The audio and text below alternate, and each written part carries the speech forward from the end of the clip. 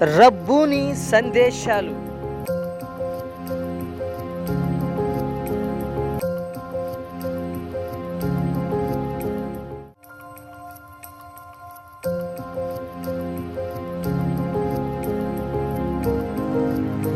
దేవుని అతి శ్రేష్టమైన నామానికి మహిమ కలుగునుగాక. ఎలా ఉన్నారు? బాగున్నారా? దేవుని కృపా కనికరమును బట్టి ప్రభు మనల్ని ఇంతవరకు సజీవులుగా తన రెక్కలు చాటున భద్రపరిచినందుకు మనం ప్రభువుని స్తుతించవలసిన వారమై ఉంటున్నాం. మనకంటే జ్ఞానులు, గనులు, గొప్పవారు అనేకులు ఈ లోకాన్ని తమ యాత్రను ముగించుకుని వారు వెళ్ళిపోయారు. మనం సజీవులుగా ఉన్నామంటే అది కేవలం దేవుని కృప మాత్రమే. ఈరోజు దేవుడు మన కొరకు ఏర్పాటు చేయబడిన వాక్య లేఖనాన్ని ధ్యానం చేసే ముందు చిన్న ప్రార్థన చేసుకుందాం. మహాగణుడు అయిన మా యేసయ్య, అత్యంత ప్రేమ కనికరం గల మా యేసయ్య, మీకు స్తోత్రాలు. ఈ దినమందు మీ పాదాలు చెంతకు మా జీవితాలను సమర్పిస్తున్నాం. మీ లేఖనాలు ధ్యానం చేస్తుండగా మీరు మాతో మాట్లాడండి, మమ్మల్ని దర్శించండి. మీ వాక్యపు వెలుగులో మా జీవితాలను సరిచేసుకోవడానికి, దిద్దుపాటు చేసుకోవడానికి కావలసిన సందేశాన్ని మీరు మా అందరికీ కూడా అనుగ్రహించి మహిమ, ఘనత, ప్రభావాలు మీరే పొందమని యేసయ్య శ్రేష్టమైన నామములో ప్రార్థించి స్తుతించి అడిగి వేడుకుంటున్నాము తండ్రి, ఆమేన్. ఈరోజు దేవుడు మన కొరకు ఏర్పాటు చేసినటువంటి లేఖన భాగం ప్రకటన గ్రంథం 3వ అధ్యాయం 14 నుండి కొన్ని వచనాలను మనం చదువుకుందాం. లవోదికేయలో ఉన్న సంఘపు దూతకు ఇలాగు వ్రాయుము: ఆమేన్ అనువాడును, నమ్మకమైన సత్య సాక్షియు, దేవుని సృష్టికి ఆదియునైన వాడు చెప్పు సంగతులేవనగా, నీ క్రియలను నేను ఎరుగుదును. నీవు చల్లగానైను వెచ్చగానైను లేవు. నువ్వు చల్లగానైను వెచ్చగానైను ఉండిన మేలు. నీవు వెచ్చగానైను చల్లగానైను ఉండక నులివెచ్చగా ఉన్నావు గనుక నేను నిన్ను నా నోట నుండి ఉమ్మివేయ నిర్దేశించుచున్నాను. ప్రియులారా, ఈరోజు దేవుని వాక్యములో నుండి సంఘానికి దేవుని హెచ్చరికలు అనే అంశం మీద కొన్ని విషయాలు మనం ధ్యానం చేసుకుందాం. ఈ లేఖన భాగములో నుండి దేవుని సంఘానికి దేవుడిస్తున్నటువంటి హెచ్చరికలు అనే విషయం మీద లేఖనాలు మనం ధ్యానం చేసుకుందాం. పిల్లరా, సంఘం క్రీస్తు శరీరం. క్రీస్తు తన స్వరక్తమిచ్చి సంపాదించుకున్నది దేవుని సంఘం.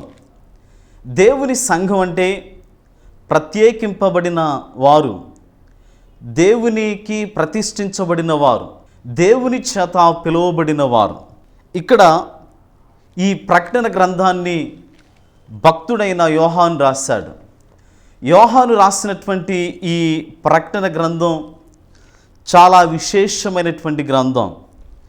మనం చదివినటువంటి ఈ లవోదికేయ సంఘం అనేది ప్రకటన గ్రంథాలకు పరిశుద్ధాత్మ దేవుడు వ్రాయించిన 7 సంఘాలలో ఇది చివరి సంఘం. ఈ 7 సంఘాలు కూడా ఏషియా మైనర్లో, మోడ్రన్ టర్కీలో అవి అక్షరార్థంగా ఉన్న సంఘాలు. దేవుడు ఈ వాక్కులను ఆ సంఘానికి రాశాడు. ఆ ఎఫెసీ సంఘం నుండి సువార్త ఏషియా అంతంతటా ప్రకటించబడిందని దైవ లేఖనాల్లో మనం చూస్తున్నాం. ఈ లవోదికేయ సంఘాన్ని ఒకసారి మనం గమనించినట్లయితే ఈ సంఘం మార్పు లేని సంఘం, అన్యులు గల సంఘం, నూతన జన్మ లేని సంఘం, గర్విస్తున్న సంఘం, యేసయ్య సత్యవాక్యాన్ని ఎరుగని సంఘం. ప్రియులారా, దీనిలో ఈ సంఘంలో చాలా అబద్ధ బోధలు కూడా ఉన్నాయి. ఈ సంఘం ఆర్థికంగా చాలా అభివృద్ధి చెందినటువంటి సంఘమే. మెటీరియల్ పరంగా చూస్తే ఈ లవోదికేయ సంఘం చాలా రిచ్ కలిగినటువంటి సంఘం. కానీ దానిలో దేవుని వెంబడించిన వారు, నిజ విశ్వాసులైన వారు, మారు మనస్సు పొంది రక్షించబడి ప్రభు కొరకు జీవించే వారెవరూ కూడా లేరు. ప్రియ దేవుని ప్రజలారా, ఈ దైవ లేఖనాలను మనం గమనించినట్లయితే ఈ సంఘం గురించి దేవుడు ఒక్క కమెంటేషన్ కూడా, ఒక అభినందనీయమైనటువంటి వచనము కూడా దేవుడు పలుకలేదు. అంటే వీరి జీవితాలు ఎలా ఉన్నాయో, వీరి బ్రతుకులు ఎలా ఉన్నాయో ఒకసారి మనం గమనించాలి. ఒకవైపున మారు మనస్సు లేని సంఘంగా అన్యులే సంఘంలో చేరి వారు దేవుని ప్రజలైనట్లుగా తమను తాము ప్రజలకు కనుపరుచుకుంటున్నటువంటి స్థితిని మనం చూస్తున్నాం. ఈ లవోదికయ అనేటువంటి ప్రాంతంలో చాలామంది యూదులు ఉన్నారు. అన్యులతో మిళితమైపోయి నిజదేవుని సరైన రీతిలో వెంబడించలేక దేవుని సంఘం నిర్జీవమైన స్థితిలో, మార్పు లేని స్థితిలో, నూతన జన్మను ఆధ్యాత్మికంగా అనుభవించలేని స్థితిలో ఈ సంఘం అనేది ఉంది. పిల్లలు, అందుకనే ఇక్కడ 14వ వచనం చివరి భాగంలో ఆమేన్ అనువాడును, నమ్మకమైన సత్య సాక్షియు, దేవుని సృష్టికి ఆధీనైన వాడు చెప్పు సంగతులేవనగా. ఒకవైపున మార్పు లేని సంఘంగా ఉన్నటువంటి సంఘంలో మరొక వైపున అబద్ధ బోధలు ప్రారంభమయ్యాయి.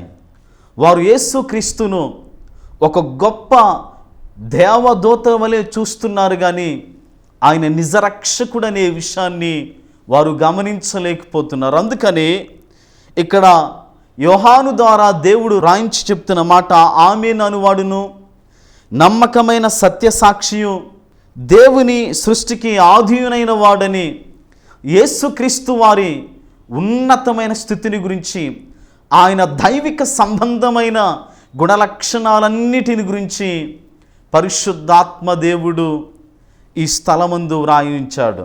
ప్రియులారా, 15వ వచనాన్ని ఒకసారి మనం గమనించినట్లయితే, నీ క్రియలను నేను ఎరుగుదును, నీవు చల్లగానైనను వెచ్చగానైనను లేవు, నీ క్రియలను నేను ఎరుగుదును. దేవుడు మన క్రియలను ఎరిగిన దేవుడు. God is omniscient God and he is all knowing God. దేవుడు సర్వజ్ఞాని అయిన దేవుడు. ఆయనకు ఈ భూమి మీద కనుమరుగైనది ఏది కూడా లేదు. ప్రతి మనుష్యుణ్ణి ఆయన గమనిస్తున్నటువంటి దేవుడు. 139వ కీర్తన 4వ వచనములో వ్రాయబడిన మాటను మనం చదువుకుందాం. యెహోవా మాట నా నాలుకకు రాకమునిపే అది నీకు పూర్తిగా తెలిసి ఉన్నది. యెహోవా, నా మాట నా నోటి నుండి బయటకు రాకమునిపే అది నీకు బహుగా తెలిసి ఉన్నది. దేవునికి కనుమరుగైనది ఏది కూడా లేదు.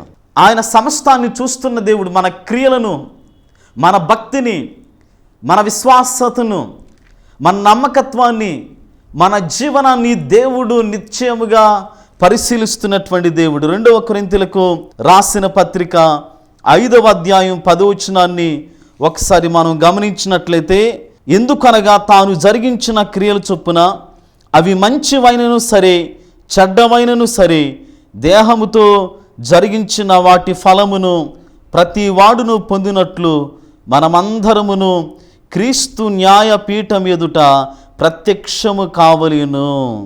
మన దేహముతో జరిగించిన ప్రతి కార్యమును బట్టి, అవి మంచివైనను సరే చెడ్డవైనను సరే, మనం క్రీస్తు న్యాయపీఠం ఎదుట నిలవబడాలి. We need to stand before the judgment seat of Christ. క్రీస్తు న్యాయపీఠం ఎదుట మనం నిలవబడినప్పుడు ఆ న్యాయాధిపతి అయిన దేవుడు మన క్రియలను బట్టి ఆయన ప్రతిఫలాన్ని ఇచ్చే దేవుడు. చాలామంది, నేను చేస్తున్న పనులు ఎవరు గ్రహించడం లేదులే, నా జీవితాన్ని ఎవరు గమనించడం లేదులే, నేను ఎవరినైనా మోసం చేయగలనని అనుకుంటూ ఉన్నారు. ఈనాడు సమాజంలో అదే జరుగుతుంది. భార్య భర్తను మోసం చేయడం, భర్త భార్యను మోసం చేయడం, పిల్లలైన వారు తల్లిదండ్రులను మోసం చేయడం. ఇలాగూ సమాజంలో ప్రియ దేవుని ప్రజలారా, మనుషులు తమంతట తామే పక్క వారిని మోసం చేస్తున్నాం అని అనుకుంటున్నాం, కానీ సర్వాన్ని సృష్టించిన ఆ సృష్టికర్త అయిన దేవుడు మనలందరినీ కూడా చూస్తున్నాడనే విషయాన్ని మనం జ్ఞాపకం చేసుకోవాలి. నీ క్రియలను నేను ఎరుగుదును. God knows our works. దేవునికి మన క్రియలు తెలుసు. నువ్వు ఎలాగూ జీవిస్తున్నావు, ఎలాగూ ప్రవర్తిస్తున్నావు, ఎలాగూ దేవునికి దూరస్తుడు అయిపోతున్నావు, ఎలాగూ నామకార్థమైన భక్తిలో బ్రతుకుతున్నావు. దేవుడు నీ స్థితిని, నీ జీవితాన్ని బహిరంగంగా ఆయన ఎరిగిన దేవుడు. ఇదే ప్రకటన గ్రంథం 3వ అధ్యాయం 15వ వచనంలో, నీవు చల్లగానైనను వెచ్చగానైనా లేవు, నీవు చల్లగానైనను వెచ్చగానైనా ఉండిన మేలు. ప్రియులారా, ఇక్కడ సంఘం స్థితి ఎలా ఉంది అంటే, చల్లగానైనా లేవు, వెచ్చగానైనా లేవు. చల్లగా అనేటువంటి మాట దేవుని నమ్మని స్థితికి సాదృశ్యంగా ఉంది. రక్షించబడని స్థితికి సాదృశ్యంగా ఉంది. దేవునికి దూరంగా జీవించడానికి సాదృశ్యంగా ఉంది. వెచ్చదనం అనేది దేవుని నమ్మిన స్థితికి, రక్షించబడిన స్థితికి, మార్పు చెందిన జీవితానికి సాదృశ్యంగా ఉంది.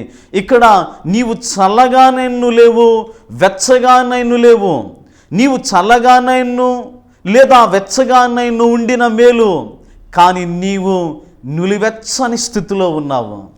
నులివెచ్చని స్థితి అంటే సగం దేవునిలో, సగం లోకంలో, సగం భక్తిలో, సగం లోకానుసారమైన వైభోగాలతో. ఈనాడు క్రైస్తవ్యం అలాగూ జీవిస్తుంది. దేవుని ప్రజలైన వారు అలాగూ జీవిస్తున్నారు. నామకార్థమైన స్థితిలో, మార్పు లేని జీవితాలతో మందిరానికి వెళుతున్నాం, త్రాగుడు మానడం లేదు. దేవుని వాక్యాన్ని వింటున్నారు, వ్యభిచారం చేయడం మానటం లేదు. దేవుని వాక్యాన్ని వింటున్నారు, దేవుని సన్నిధిలో నిత్యము కూడా ఆయనతో సహవాసం చేస్తున్నట్లుగా కనబడుతున్నారు. అబద్ధాలు ఆడడం, మోసం చేయడం, దేవునికి వ్యతిరేకంగా జీవించడం అనేది మానుకోలేని పరిస్థితిలో ఈనాడు క్రైస్తవ్యం అనేది ఉంది. గలతీ పత్రిక 4వ అధ్యాయం 10వ వచనంలో, మీరు దినములను, మాసములను, ఉత్సవ కాలములను, సంవత్సరములను ఆచరించుచున్నారు. మీరు దినములను, ఉత్సవ కాలములను ఆచరించుచున్నారు.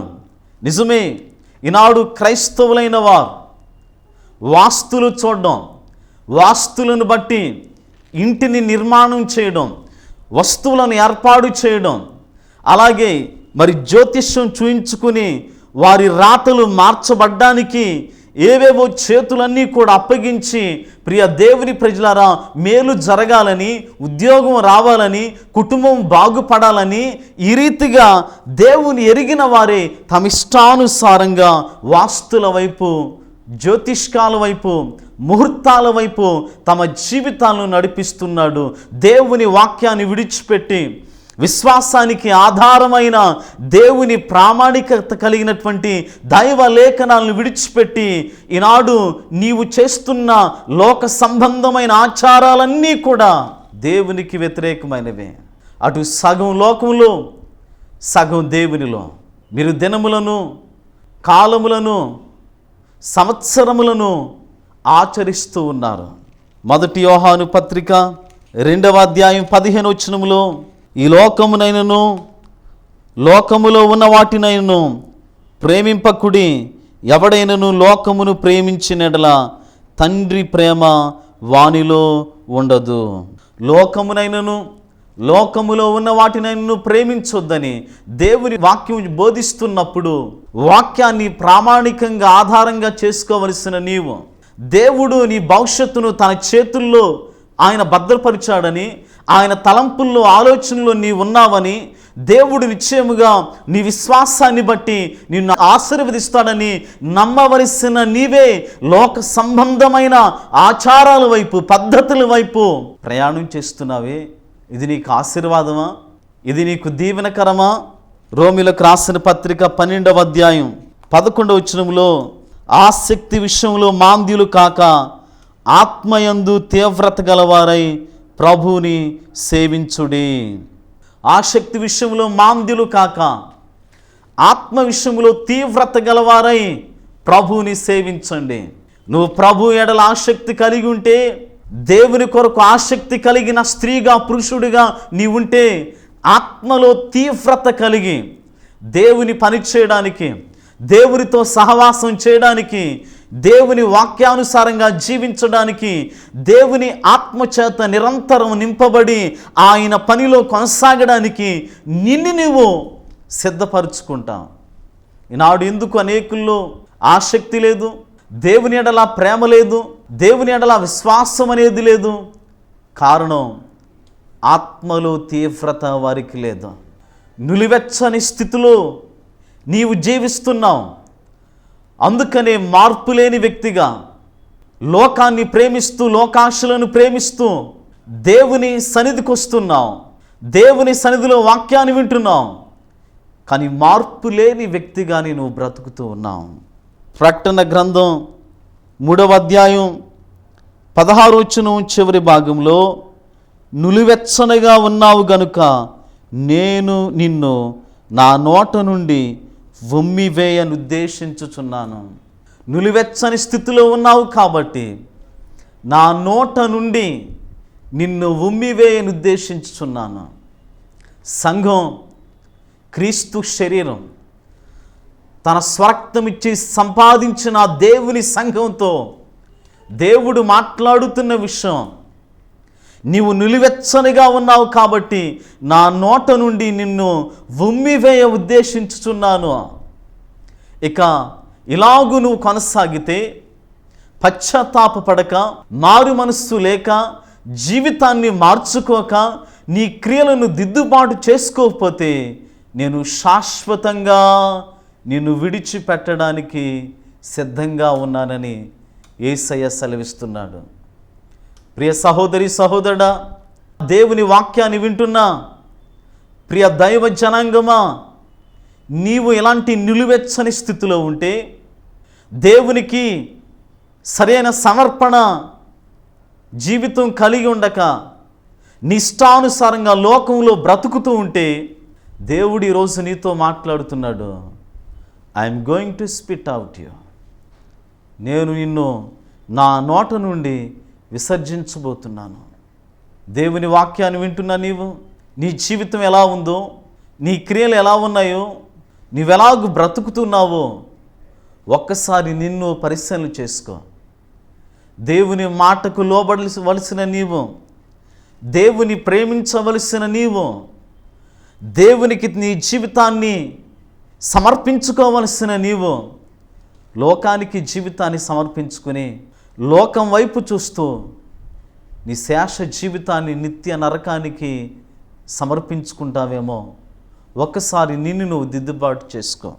యేసయ్య చెప్తున్న మాట 18వ వచనం 3వ అధ్యాయం ప్రకటన గ్రంథంలో, నీవు ధనవృద్ధి చేసుకున్నట్లు అగ్నిలో పొటము వేయబడిన బంగారమును నీ దశమల్లా సిగ్గు కనబడుకుండునట్లు ధరించుకొనుటకు తెల్లని వస్త్రములను నీకు దృష్టి కలుగునట్లు నీ కనులకు కాటుకను నా యొద్ద కొనుక్కోమని నీకు బుద్ధి చెప్పుచున్నాను.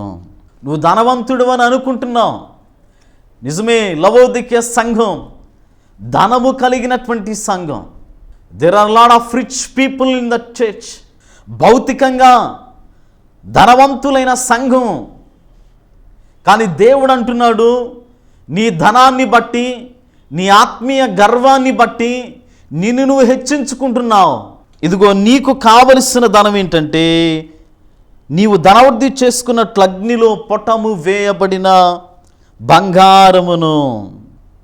ఇక్కడ అగ్నిలో పొటము వేయబడిన బంగారం అంటే ప్రియ దేవుని ప్రజలారా, దైవ లేఖనాల్లో సెలవిస్తున్నాయి, శాశ్వతమైన స్థిరమైన ధనం. శాశ్వతమైన స్థిరమైన ధనాన్ని నేను నీకు ఇస్తాను. అది అగ్నిలో పొటము వేయబడిన బంగారము లాంటిది. 1 పేతురు పత్రిక 1వ అధ్యాయం 7వ వచనాన్ని మనం పరిశీలన చేసినట్లయితే, ఇక్కడ నశించిపోవు సువర్ణము అగ్ని పరీక్ష వలన శుద్ధపరచబడుచున్నది కదా. నశించిపోవు సువర్ణము అగ్ని పరీక్ష వలన శుద్ధపరచబడుతుంది, అది అమూల్యంగా మార్చబడుతుంది. ఇదిగో నేను నిన్ను అగ్నిలో పుటము వేయబడిన సువర్ణము వలె చేయబోతున్నాను. ఇదిగో అలాంటి స్థిరమైన ధనాన్ని నేను నీకు ఇస్తున్నాను. అది ఆధ్యాత్మికమైనటువంటి ధనం. ఈ 2వ కొరింథీ పత్రిక 8వ అధ్యాయం 9వ వచనంలో, మీరు మన ప్రభు అయిన యేసుక్రీస్తు కృపను ఎరుగుదురు కదా, ఆయన ధనవంతుడయుండి మీరు తన దారిద్ర్యం వలన ధనవంతులు కావాలని మీ నిమిత్తము దరిద్రుడాయను. మీరు ధనవంతులు కావాలని ధనవంతుడైన ఆయన మీ కొరకు దరిద్రుడయ్యాడు.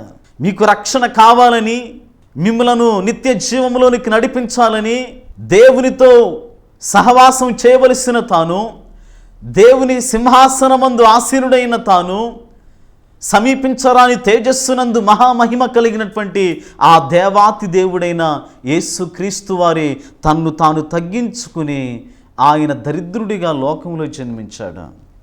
అగ్నిలో పుటము వేయబడిన ఈ బంగారం అనేది స్థిరమైన ఆత్మీయ ధనానికి సాదృశ్యంగా ఉంది. తర్వాత నీ దోషం వల్ల సిగ్గు కనబడుకున్నట్లు ధరించుకున్నటకు తెల్లని వస్త్రములు. ఈ తెల్లని వస్త్రములనేవి ప్రియ దేవుని ప్రజలారా రక్షణ వస్త్రానికి సాదృశ్యంగా ఉంది. నువ్వు దిగంబరిగా ఉన్నావు, నీ క్రియలు హేయమైన క్రియలు, నీ జీవితం హేయమైన జీవితం. ఇదిగో నిన్ను కాపాడడానికి, నిన్ను రక్షించడానికి నీ దశమల్లా నేను రక్షణ వస్త్రాన్ని ధరింపచేస్తానని దేవుడు వాగ్దానం చేస్తున్నాడు. ఆ తెల్లని వస్త్రము రక్షణ వస్త్రం, నీతి క్రియలకు సంబంధించిన వస్త్రము, నీతి క్రియలు కలిగినటువంటి ఆధ్యాత్మిక వస్త్రాన్ని నేను నీకు ధరింపచేస్తాను. ఆ తర్వాత మనం పరిశీలన చేసినట్లయితే ఆ 18వ వచనం చివరి భాగంలో, నీ కన్నులకు కాటుకొను నా యొద్ద కొనుక్కొనుమని. నీ కన్నులకు కాటుకొను. ఇది ఈ కాటుక అనేది మరొక భాషలో మందు అని వ్రాయబడింది. ఇది ఆత్మీయ గుడ్డితనానికి సాదృశ్యంగా ఉంది. నీ ఆత్మీయ నేత్రాలు తెరవబడాలి. ఆత్మీయ గుడ్డితనము నుంచి నేను నీకు విడుదలనివ్వడానికి ఇదిగో నా యొద్ద ఒక ప్రాముఖ్యమైనటువంటి మందు ఉంది, దాన్ని ఈరోజు నువ్వు కొనుక్కోమని దేవుడు ఆజ్ఞాపిస్తూ ఉన్నాడు. ప్రియులారా, ఇలాగు లేఖనాలు సెలవిచ్చినట్లుగా మనం చూస్తున్నాం. ఆసక్తి కలిగి మారు మనస్సును పొందితేనే నీవు మరలా తిరిగి నా చెంతకు రాగలుగుతావు. రోషముతో త్వరితముగా నీ జీవితాన్ని మార్చుకుని, నీ బ్రతుకును మార్చుకుని మారు మనస్సు పొందుము. పరిశుద్ధాత్మ దేవుడు ఆజ్ఞాపిస్తున్నాడు దైవలేఖనాల్లో. ప్రియ దేవుని ప్రజలారా, ఈరోజు నీవు ఆసక్తి కలిగి మారు మనస్సు పొందితేనే దేవుని రాజ్యాన్ని నువ్వు స్వతంత్రించుకుంటావు. లోకంలో పరిస్థితులు బహుభయంకరంగా ఉన్నాయి. దేవుని రాకడ గురించినటువంటి సంఘటనలు జరుగుతూ ఉన్నాయి. యేసయ్య చెప్పిన ఆ వాగ్దానాలు, ప్రవచనాలన్నీ కూడా ఒక్కొక్కటిగా నెరవేర్చబడుతూ ఉన్నాయి. ఇలాంటి సమయంలో ఆసక్తి కలిగి నువ్వు మారు మనసు పొందితే నీకెంత ఆశీర్వాదం, నీకెంత క్షేమము. పిల్లరా, చివరిగా 20వ వచనములో మనం చూస్తున్నాం, ఇదిగో నేను తలుపు నద్ద నిలుచుండి తట్టుచున్నాను. ఎవడైనను నా స్వరం విని తలుపు తీసిన ఎడల నేను అతని వద్దకు వచ్చి అతనితో నేనును నాతో కూడా అతడును భోజనము చేయుదుము. నేను తలుపు నద్ద నుండి తట్టుచున్నాను. యేసుక్రీస్తు వారు సంఘపు తలుపు నద్ద నుండి ఆయన తడుతూ ఉన్నాడు. క్రీస్తును బయట ఉంచి తలుపులు వేసిన సంఘంగా లవోదికీయ సంఘం ఉంది. అలాగా మన సంఘాలన్నీ కూడా అలాంటి స్థితిలో ఉన్నాయి. క్రీస్తును బయట ఉంచి మనం లోపట ఆరాధన చేస్తున్నాం. మన సంఘాల్లో క్రీస్తు ఉన్నాడా? మన సంఘాల్లో క్రీస్తుతో సహవాసం అనేది ఉందా? నిజమైన మార్పు కలిగి, నిజమైన ఆత్మ కలిగి దేవుని కొరకు నిత్యము కూడా వేడుకునే దేవుని బిడలైన వారు ఉన్నారా? ఈనాడు సంఘాలన్నీ కూడా నిర్జీవమైన స్థితిలో ఉన్నాయి. దేవుని వెంబడించలేని పరిస్థితిలో ఉన్నాయి. ఆయనను బయట నిలువబెట్టి మనం తలుపులు వేశాం. సంఘాల్లో క్రీస్తు లేని పరిస్థితిని, దేవుని బిడల మధ్య క్రీస్తు లేని పరిస్థితులను, ప్రియులారా ఈనాడు క్రైస్తవ్యం అంతా కూడా అలాంటి అవిశ్వాస స్థితిలోనే ఉన్నారు. ఈరోజు యేసయ్య మనందరితో మాట్లాడుతున్నాడు. దేవుని సంఘమా, దేవుని హెచ్చరికలు వినిపించబడుతూ ఉన్నాయి. నీవు మారు మనస్సు కలిగి, ఆసక్తి కలిగి, నీ క్రియలను మార్చుకుని, నీ జీవితాన్ని మార్చుకుని, దేవుని సంఘమైన నీవు నీ తలుపులను తెరచి యేసయ్యను సంఘములోనికి ఆహ్వానిస్తే, నీ కుటుంబంలోనికి ఆహ్వానిస్తే, ఆయన నిన్ను తన సింహాసనమందు కూర్చోబెట్టి నిన్ను ఏలుబడి చేసే వ్యక్తిగా నిన్ను నిలువబెడతాడు. ఈరోజు మన పరిస్థితి ఎలా ఉంది? మన జీవితాలు ఎలా ఉన్నాయి? లవోదికయ సంఘం వలె నిలువెచ్చని స్థితిలో, మార్పు లేని స్థితిలో, దేవుని ప్రేమించలేని స్థితిలో మన క్రియలు సరైనవి కావు, మన సాక్ష్యము సరైనది కాదు, నీ జీవితం నిలువెచ్చని జీవితం. అందుకని యేసయ్య ఈరోజు నిన్ను తన సన్నిధికి ఆహ్వానిస్తున్నాడు. తాను పిలుస్తున్నాడు, తన హెచ్చరిక చేస్తున్నాడు. నీవు మారు మనస్సు పొంది ఆయన వైపు తిరిగితే ఆయన నిన్ను తన సన్నిధికి చేర్చుకుని నిన్ను కూడా తనతో పాటు ఏలుబడి చేసే స్థితిలో ప్రభు నిన్ను ఉంచుతాడు. ఈరోజు నీ స్థితిని మార్చుకోగలవా? నీ జీవితాన్ని మార్చుకోగలవా? నీ ఆత్మీయ గుడ్డితనాన్ని సరిచేసుకోగలవా? దేవుని మాటలు శ్రేష్టమైనవి. యేసయ్య కొరకు స్థిరమైన ధనాన్ని సంపాదించుకుని, ఆయన ఇచ్చే రక్షణ వస్త్రాన్ని ధరించుకుని, యేసయ్య సన్నిధిలో ఆధ్యాత్మికమైన గుడ్డితనం నుంచి విడిపించబడి ప్రభు కొరకు ప్రకాశించే కృప మనందరికీ ఆ పరిశుద్ధ ఆత్మదేవుడు కలుగు చేయనుగాక. ఆమేన్. తల వంచండి, ప్రార్థన చేసుకుందాం. మహాగణుడైన మా యేసయ్య, సర్వాధికారి, ఈ శ్రేష్టమైన సమయమందు మీ పాదాలు చెంతకు మరొకసారి మేము వస్తున్నాం. మీ వాక్కులు, మీ హెచ్చరికలు మా జీవితాన్ని సరిచేయగలుగుతాయి.